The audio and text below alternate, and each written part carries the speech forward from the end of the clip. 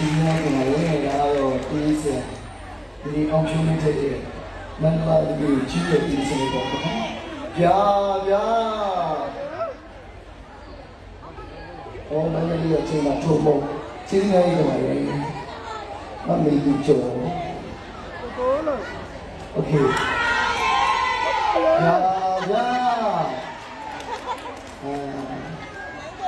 မန္တလေးကျုံးနဲ့ဆန်းရည်ကိုပေါင်းလိုက်ခဲ့တယ်နော်ဒီနေ့ချစ်စရာပါပါကျွန်တော်မင်းတို့မှာလည်းကျွန်တော်ပြင်အောင်ကြောက်ဖို့စဉ်းစားလိုက်တယ်မင်းတို့မှာပြင်အောင်ကြောက်ပြီးမှဆန်းကုန်မှာချက်ပြီးတော့ပြင်အောင်ကြောက်လိုက်လို့နော်အဲ့တော့ရန်ကုန်မှာကြာပြီးတော့မှရန်ကုန်မှာပြင်အောင်ကြောက်မယ်ဟုတ်ပြီတော့ဘာမှပြင်အောင်ကြောက်အဲ့ဆိုမိမိကဖြစ်သွားအောင်တနည်းကိုပြောကြလိုက်ဆက်ပါမင်းကတော့နေသေးတယ်လို့ဒီလောက်ထားနေတော့ထားတယ်နော်ဘယ်လိုချစ်လို့ချစ်ရမှာတော့မ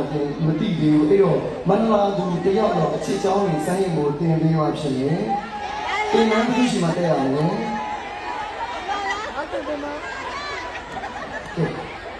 ချစ်တယ်ကျွန်